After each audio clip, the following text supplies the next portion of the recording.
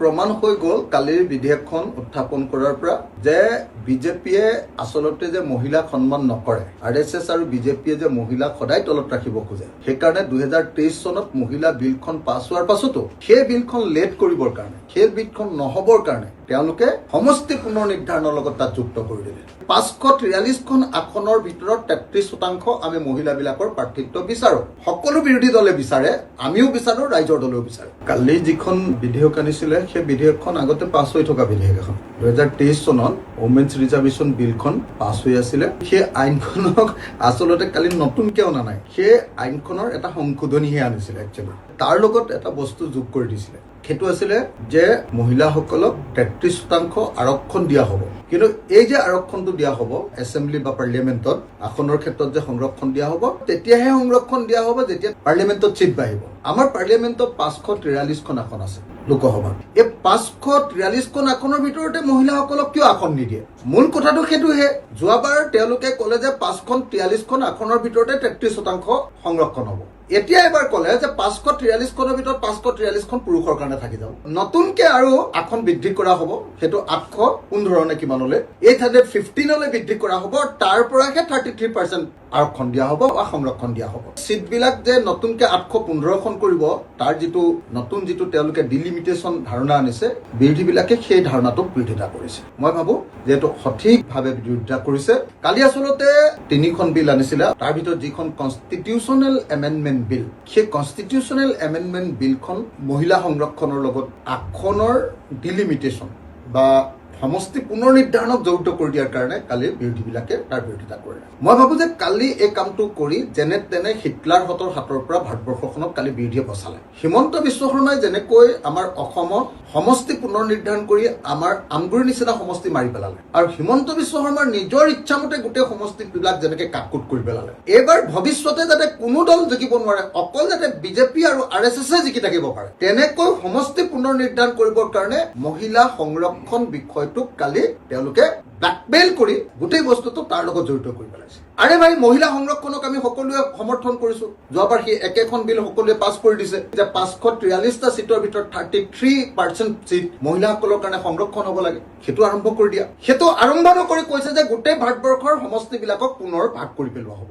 আজি মই নিজে দেখিছো কিছুমান বিজেপি মানুহে প্ৰচাৰ কৰিছে যে অসমৰ 14খন আসনৰ ভিতৰত 21খন আসন হ'লহেঁতেন, বিৰোধীবিলাকে কংগ্ৰেছে এইটো হ'বলৈ নিদিলে। আৰে বাপ্পা, আমাৰ 14খনৰ 21খন হ'ব, কিন্তু উত্তৰ প্ৰদেশত যে 120খন হ'ব। উত্তৰ প্ৰদেশৰ যদি 120খন হয়, গোটেই ভাৰতবৰ্ষৰ গোটেই ৰাজনীতিচোন উত্তৰ প্ৰদেশে দখল কৰি পেলাব, মধ্যপ্ৰদেশে, ৰাজস্থানে দখল কৰি পেলাব। তেতিয়াহ'লে দক্ষিণ ভাৰতত যিবিলাক ৰাজ্যত উন্নত হৈ গৈছে, য'ত জনসংখ্যা বৃদ্ধিটো হ্ৰাস পাই গৈছে, আজিকালি আৰু জনসংখ্যা বৃদ্ধি নকৰে। বিহাৰ, উত্তৰ প্ৰদেশ, ৰাজস্থান, মধ্যপ্ৰদেশ, এইবিলাকত জনসংখ্যা বৃদ্ধি সাংঘাতিক বেছি। তাত জনসংখ্যাৰ ওপৰত ভিত্তি কৰি তেওঁলোকে ঢেৰ আসন পাই যাব। আৰু দক্ষিণ ভাৰত, কেৰালা, তামিলনাডু, কৰ্ণাটক, এই দক্ষিণ ভাৰতৰ ৰাজ্যবিলাকে ইতিমধ্যে তেওঁলোক যথেষ্ট দূৰ আগবাঢ়ি গৈ জনসংখ্যা নিয়ন্ত্ৰণ কৰাৰ ব্যৱস্থা কৰি দিলে, তেওঁলোক আকৌ মাৰ খাব লাগিব। এইটো কেনেকুৱা ধৰণৰ কথা? সেইকাৰণে দক্ষিণ ভাৰতে একদম স্পষ্ট ৰূপত কৈছে যে এইটো হ'ল উত্তৰ ভাৰতৰ হিন্দী লবিক শক্তিশালী কৰাৰ ব্যৱস্থা। উত্তৰ পূৰ্বাঞ্চলৰ মানুহবিলাকে ক'ব পৰা নাই, উত্তৰ পূৰ্বাঞ্চলৰ মুখৰ ভাষা এতিয়ালৈকে ফুটি উঠা নাই। উত্তৰ পূৰ্বাঞ্চলত তেনেকুৱা এজন MP এতিয়ালৈকে জন্ম হোৱা নাই যিজনে উত্তৰ পূৰ্বাঞ্চলৰ পক্ষত এনেকে দক্ষতাৰে ক'ব পাৰে। মই যদি সংসদত থাকিলোহেঁতেন, মই দপদপাই মোদীক ক'লোহেঁতেন যে উত্তৰ পূৰ্বাঞ্চলত ভৰি নিদিবা, এইখন বিল তুমি পাছ কৰি দিলে 14খনৰ ঠাইত 21খন হ'ব, কিন্তু 80খনৰ ঠাইত 120খন হ'ব। 120খন যদি আসন থাকে উত্তৰ প্ৰদেশৰ সংসদত, আমাৰ কিবা কাম থাকিব নি 21খন আসন লৈ? অকল উত্তৰ প্ৰদেশৰ যদি 120খন আসন হয়, আমাৰ যদি 21খন আসন হয়, তেতিয়াহ'লে আমি কিবা কাম কৰিব পাৰিম সংসদত? যি সময়ত গোটেই ভাৰতবৰ্ষত ফেডাৰেল চিষ্টেমটোক নতুনকে বনাবলৈ কৈ আছে, সকলো ৰাজ্যক সমান অধিকাৰ দিবলৈ কৈ থকা হৈছে, সকলো ৰাজ্যক সমান প্ৰতিনিধিত্বৰ কাৰণে আমি দাবী উত্থাপন কৰি আছো। সকলো অসমীয়া মানুহৰ আটাইতকৈ ডাঙৰ দাবীবিলাক কি? সকলো অসমীয়া মানুহৰ দাবী হ'ল অসমৰ হাতলৈ অধিক ক্ষমতা অনা।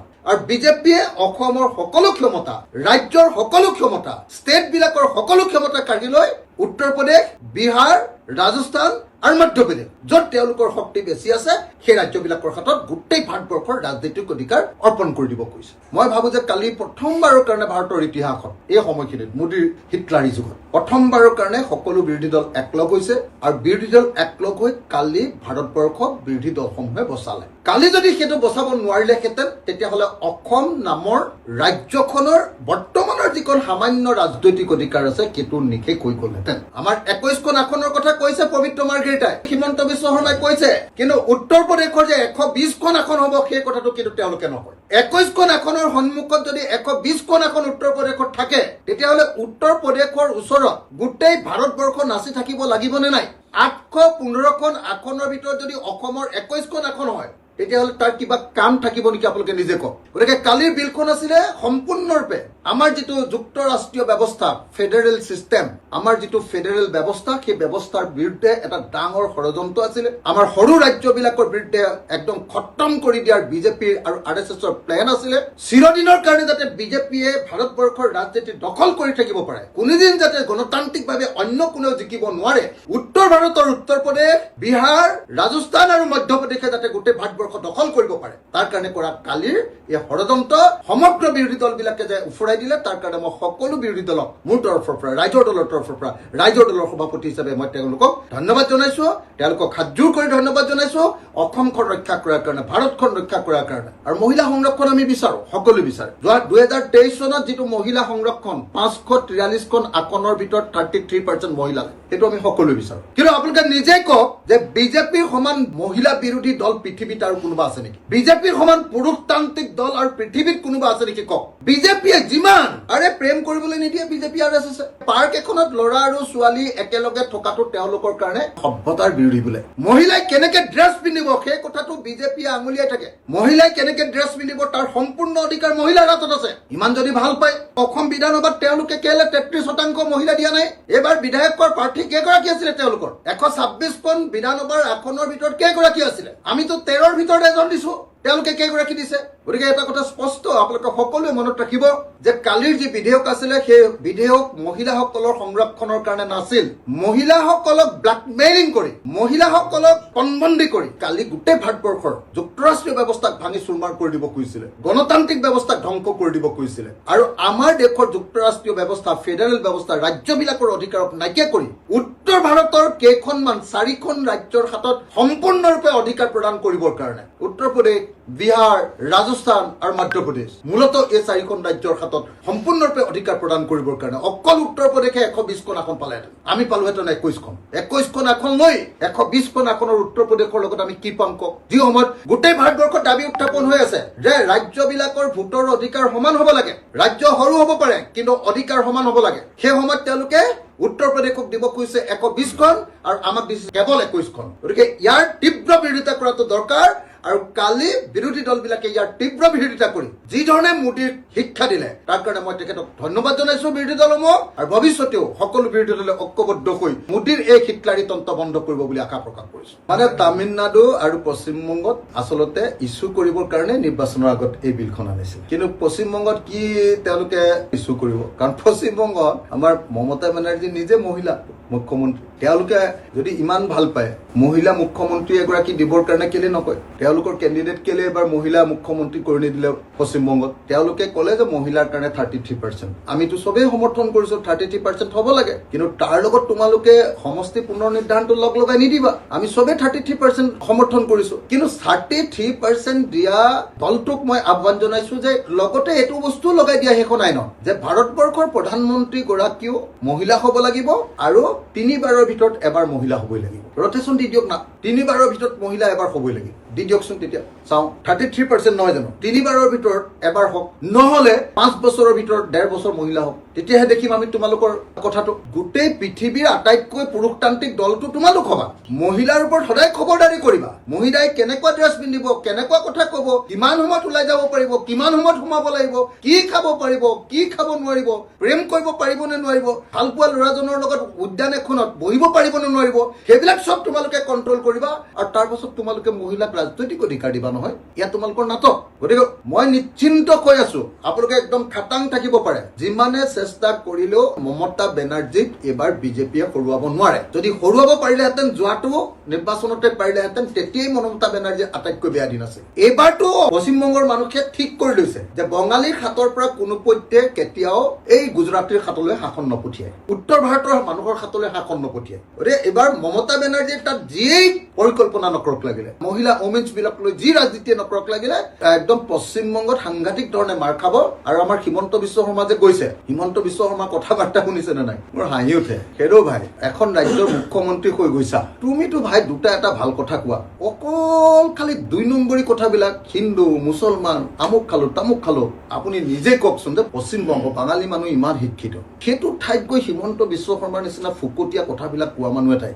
ফুকটীয়া হয় নে ন প্ৰত্যেকটো কথা, কিন্তু লাজ নালাগে নে এনেকুৱা ধৰণৰ 3rd ক্লাছ 3 নম্বৰী কথা ক'বলৈ, পাতল 2 নম্বৰী কথা ক'বলৈ? ইমান লাজ নালাগে নে? বা ইমান পঢ়া শুনা শিক্ষিত জাগা এটাত গৈ কোনো এটা ৰাষ্ট্ৰীয় বিষয় এটা উত্থাপন কৰিব নোৱাৰে, কোনো এটা গুৰুত্বপূৰ্ণ ইছ্যু এটা কৰিব নোৱাৰে, কয় অকল হিন্দু মুছলমান, গৰু খাবলৈ পাবি গৰু খাবলৈ নাপাবি। এইবিলাক কৰবাত পৃথিৱীৰ কোনো সভ্য মানুহে কোৱা কথা নাই। সেইকাৰণে হিমন্ত বিশ্ব শৰ্মাৰ নিচিনা মানুহজনক মই ভাবো, বহুত মানুহে দক্ষ মন্ত্ৰী বুলি কয়, আমুক বুলি কয়, ভুচুক বুলি কয়, কিন্তু পৃথিৱীৰ আটাইতকৈ 3rd ক্লাছ মুখ্যমন্ত্ৰী অসমত যদি হ'ল, সেইজন হ'ল হিমন্ত বিশ্ব শৰ্মা। আৰু এই 3rd ক্লাছ মুখ্যমন্ত্ৰীজনক মই ভাবো যে যিমান সোনকালে পাৰি আমি বিদায় দি অসমৰ মান সন্মান ৰক্ষা কৰিব লাগে। প্ৰমাণ হৈ গ'ল কালিৰ বিধেয়কখন উত্থাপন কৰাৰ পৰা যে বিজেপিয়ে আচলতে যে মহিলাক সন্মান নকৰে, RSS আৰু বিজেপিয়ে যে মহিলাক সদায় তলত ৰাখিব খোজে। সেইকাৰণে 2023 চনত মহিলা বিলখন পাছ হোৱাৰ পাছতো সেই বিলখন লেট কৰিবৰ কাৰণে, সেই বিলখন নহবৰ কাৰণে তেওঁলোকে সমষ্টি পুনৰ নিৰ্ধাৰণৰ লগত তাত যুক্ত কৰি দিলে।